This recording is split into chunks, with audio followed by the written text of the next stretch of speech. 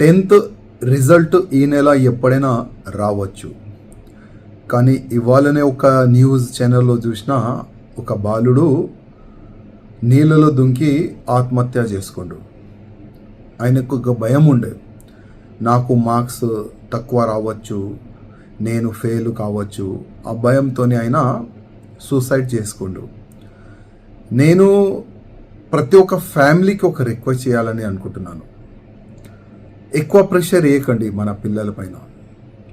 Family pressure వల్ల, school pressure వల్ల, colony pressure వల్ల, ఫ్రెండ్స్ ఉంటారు కదా దోస్తులు, వాళ్ళ ప్రెషర్ వల్ల పిల్లలు సూసైడ్ మార్గం చూస్తారు.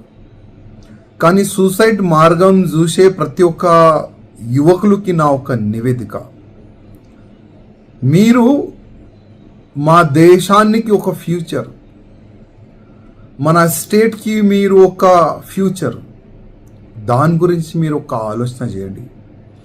నేను ఇవాళ ఫెయిల్ అయిపోతా, నాకు మార్క్స్ తక్కువ రావచ్చు, నా ఇంట్లో నాకు తిడతారు, ఆ భయంతో సూసైడ్ చేసే అది చాలా తప్పు పని.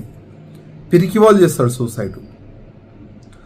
చాలామంది ఇవాళ చూడండి, ఇవాళ ఫెయిల్ అవుతారు, నెక్స్ట్ టార్గెట్ ఉంటుంది వాళ్ళు, లేదు నేను నెక్స్ట్ పాస్ అవుతా.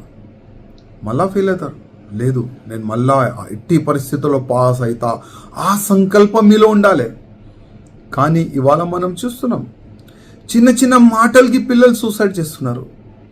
చిన్న చిన్న మాటలకి పిల్లలు ఈడ్చి వెళ్ళిపోతున్నారు. అది చాలా తప్పమ్మా. ఇవాళ మన అమ్మ నాన్న ఒక ఆశ ఉంటుంది, మా పిల్లోడు మా బాబు పెద్దగా కావాలి, మంచి చదువుకోవాలి, ఆయన మంచి ఇంజనీర్ కావాలి, డాక్టర్ కావాలి, అడ్వకేట్ కావాలి అని ఒక కళ ఉంటుంది అందరిది. అమ్మ నాన్నది అందరిది ఒక కళ ఉంటుంది. రేపు మీ పెళ్ళి అయితే కూడా మీ కళ కూడా ఈ విధంగానే ఉంటుంది. ఒక్కసారి ఆలోచన చేయండి. ఒకవేళ మీ పెళ్ళి అయిపోయిన తర్వాత మీ పిల్లలు ఇట్లనే సూసైడ్ చేస్తే ఎంత బాధ కలుగుతుంది. ఒక్కసారి మీ అమ్మ నాన్న ప్లేస్లో మీరు ఉండి చూడండి, ఎంత బాధ కలుగుతుంది. అందుకోసం యువకులారా దండం పెట్టి రిక్వెస్ట్ చేస్తున్నా, సూసైడ్ మార్గం చాలా తప్పు మార్గం. ఒకవేళ చావాలంటే వేరే మార్గం లేదు, నేను చావాలే అంటే సమాజ మంచి పని గురించి చావండి, దేశ రక్షణ గురించి చావండి, హిందూ ధర్మ రక్షణ గురించి చావండి. ఒకవేళ ఆ మార్గంలో మీరు చనిపోతే మన సమాజం మీకు యాద పెట్టుకుంటారు, మన హిందూ సమాజం మీకు యాద పెట్టుకుంటారు, మన భారతదేశం మీకు యాద పెట్టుకుంటారు. అట్లాంటి మార్గం మీరు దోలాడండి. కానీ నేను ఫెయిల్ అయిపోతా, నేను చనిపోతా, అట్లాంటి ఆలోచన పెట్టకండి నా యువకులారా. ఇవాళ ఫెయిల్ అయినాం, నెక్స్ట్ మేము పాస్ అవుతాం, అట్లాంటి ఒక సంకల్పం పెట్టుకోవాలి. ఒక మూవీ వచ్చింది 12th ఫెయిల్, ఆ మూవీ చూడండి మీరు.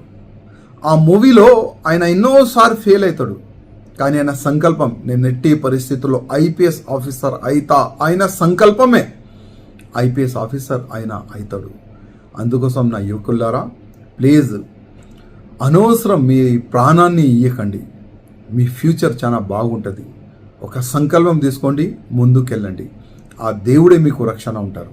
ధన్యవాదం.